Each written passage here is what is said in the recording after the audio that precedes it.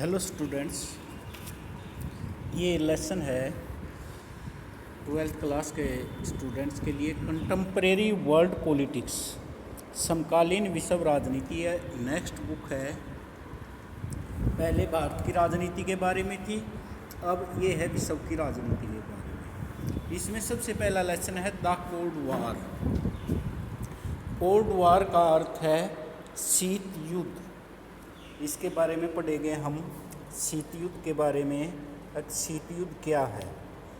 तो ये शीत युद्ध एक वैचारिक युद्ध है जिसमें किस किस के बीच हुआ। ये सोवियत संघ और अमेरिका के बीच में हुआ। तो इस युद्ध के बारे में हम पढ़ेंगे शीत युद्ध है क्या। This chapter provides a backdrop to the entire book. ये चैप्टर है, ये पूर्व पट्टिका, ये हमें बात बता देता है पूरी पुस्तक के बारे में। The end of the Cold War is usually seen as the beginning of the contemporary era. जो अंत है शीत युद्ध का, ये भी देखा जा सकता है as the beginning of the contemporary, जो समकालीन, कंटेम्परेरी का अर्थ है समकालीन युग में।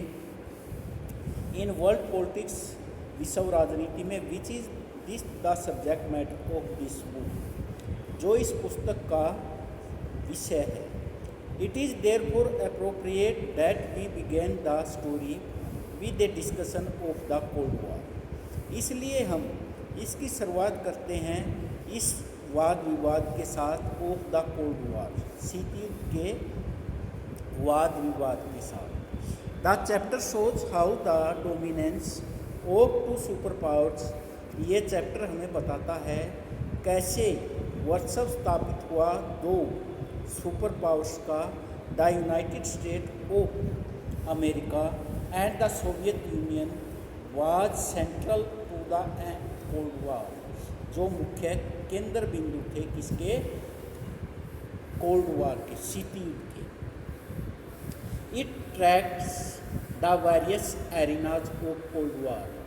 ये हमें बताता है विभिन्न क्षेत्रों के बारे में जो शीत युद्ध की चपेट में आए, in different parts of the world, विभिन्न जो संसार के पार्ट हैं। The chapter views the non एलिजेंट movement. इस चैप्टर के अंदर हम इस बात को भी अध्ययन करेंगे, इसके बारे में, गुट निरपेक्ष आंदोलन के बारे में। नॉन एलिजेंट मूवमेंट का अर्थ है गुट निरपेक्ष आंदोलन।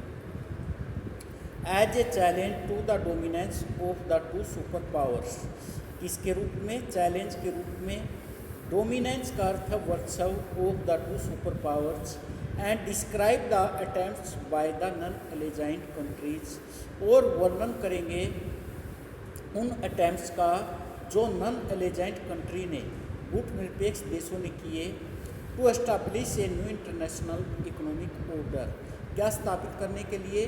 एक नई अंतर्राष्ट्रीय अर्थव्यवस्था स्थापित करने के लिए।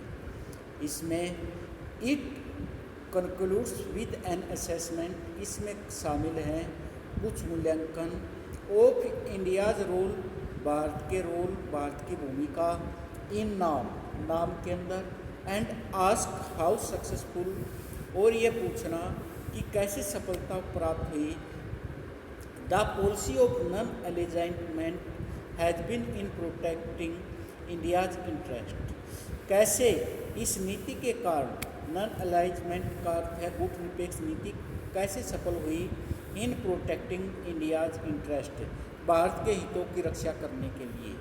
तो इस लेसन के अंदर हम इन सब बातों का अध्ययन करेंगे। तो इसमें सबसे पहले हम पढ़ेंगे क्यूबन मिसाइल क्राइसिस। क्यूबन का अर्थ है क्यूबा मिसाइल संकट, क्राइसिस का अर्थ है संकट। In April 1961 the leaders of the Union of Soviet Socialist Republics were worried about the United State of America. अप्रैल 1961 में जो नेता है Union of Soviet Socialist Republic के, यूएसएसआर के, वो चिंतित थे किसके बारे में? यूनाइटेड स्टेट ऑफ अमेरिका के बारे में। would invade communist-ruled Cuba and overthrow Fidel Castro, the president of the small island nation off the coast of the United States. इसमें USA would invade communist ruled, उसने कि भाई उनको ये वो था कि USA आक्रमण कर देगा किस पर, कम्युनिस्ट का अर्थ साम्यवादी शासक पे, कौन था, क्यूबा पर, ओवरथ्रो, और वो उसको उतार देगा फिडेल कास्ट्रो को। The president of the small island, जो प्रेजिडेंट था इस छोटे से देश का, क्षेत्र का, नेशन ऑफ द कोस्ट, जिसका जो जिसकी तट रेखा किसके साथ लगती थी, यूनाइटेड स्टेट्स के साथ। Cuba was an ally of the Soviet Union, Cuba क्या था, एक साथी देश था किसका, सोवियत यूनियन का। एंड रिसीव्ड बोथ, और इसने प्राप्त की दोनों, डिप्लोमेटिक एंड फाइनेंशियल एड, इसने कूटनीतिज्ञ भी और फाइनेंशियल और वित्तीय सहायता भी प्राप्त की फ्रॉम इट, इससे यूएसएसआर से। Nikita Khrushchev the leader of the union, Nikita Khrushchev थे, वो नेता थे किसके, सोवियत यूनियन के। Decided to convert Cuba into a Russian base, उसने क्या निश्चय किया, कन्वर्ट किया जाए क्यूबा को एक रशियन बेस के रूप में, बेस का अर्थ है एक रसिया का अड्डा बनाया जाए। इन 1962 1962 में ही प्लेस्ड न्यूक्लियर मिसाइल इन क्यूबा, उसने क्या किया, वहाँ पर क्यूबा के अंदर मिसाइल स्थापित करनी शुरू कर दी। The installations of these weapons, जो इन हथियारों का इंस्टॉलेशन किया गया, स्थापित किए गए। The US for the first time, US ने पहले समय under fire from close range and nearly doubled the number of basis, इसने क्या कर दिया, अपने जो अड्डे थे इनकी संख्या डबल कर दी। और cities in the American mainland, उन शहरों में जो मुख्य अमेरिका के शहर थे, which could be threatened by the USSR, जिससे क्या किया जा सके, यूएसएसआर को, सोवियत संघ रूस को क्या किया जा सके, उसको चेतावनी दी जा सके, उसको चेताया जा सके। 3 weeks after the Soviet Union had placed the nuclear weapons in Cuba, 3 सप्ताह बाद भी सोवियत यूनियन ने हैड प्लेस्ड, अपने स्थापित रखे क्या, न्यूक्लियर जो परमाणु हथियार हैं इन क्यूबा के अंदर। The Americans became aware of it, और अमेरिकन जो सोवियत संघ इसके ये करता रहा, अमेरिका और ज़्यादा अवेयर होता गया। द यूएस प्रेजिडेंट कौन थे, जॉन एफ कैनेडी, उस समय जब 1961 के अंदर उसके अमेरिका के राष्ट्रपति जॉन एफ कैनेडी वहाँ के राष्ट्रपति थे। एंड हिज एडवाइजर्स वर रिलुक्टेंट, उन्होंने क्या कहा कि कमी की जाए, रिलुक्टेंट का अर्थ है कि भाई इसके अंदर वो क्या थे, अनिच्छुक हो गए, रिलुक्टेंट का अर्थ है उनकी अनिच्छुक हो गए, to do anything that might lead to full scale nuclear war between the two countries, कि बड़े स्तर पर दो न्यूक्लियर देशों के अंदर बीच युद्ध हो। But they were determined to get Khrushchev to remove the missile and nuclear weapons from Cuba, परंतु उन्होंने निश्चय किया कि क्रुश्चेव भी क्या करे, रिमूव कर ले the missile and nuclear weapons from Cuba से। Kennedy order American warship, Kennedy ने ऑर्डर किया किसको, अमेरिकन वारशिप को, to intercept any Soviet ships heading to Cuba as a way of warning the USSR of his seriousness. इसमें क्या किया गया कि जो जहाज हैं उसको इंटरप्रेट किया जाए, उनको इंटरक्रैप्ट किया जाए, उनको रोका जाए। इसमें intercept any Soviet ships heading to Cuba, जाने से as a way of warning, the USS R of his seriousness, एक clash seemed imminent in what came to be known as the Cuban Missile Crisis। एक जो clash था उसको क्या दिखाई देता था, ये what came to be known as the Cuban Missile Crisis, इसको क्या नाम दिया गया, क्यूबा मिसाइल संकट। The prospect of this clash made the whole world nervous, इस जो ये सारा ये आशंका थी, प्रोस्पेक्ट था, इसने पूरे देश के अंदर, पूरे विश्व के अंदर क्या ला दिया, नर्वस कर दिया, शांति फैला दी। इससे पूरा विश्व एक अशांति में चला गया। The prospect of this clash made the whole world nervous, for it would have been no ordinary war, eventually to the world great relief both sides decided to avoid war। the Soviet ships slowed down, Soviet के जहाज थे वो slow पड़ गए, धीरे पड़ गए, and turned back, और वापस चले गए।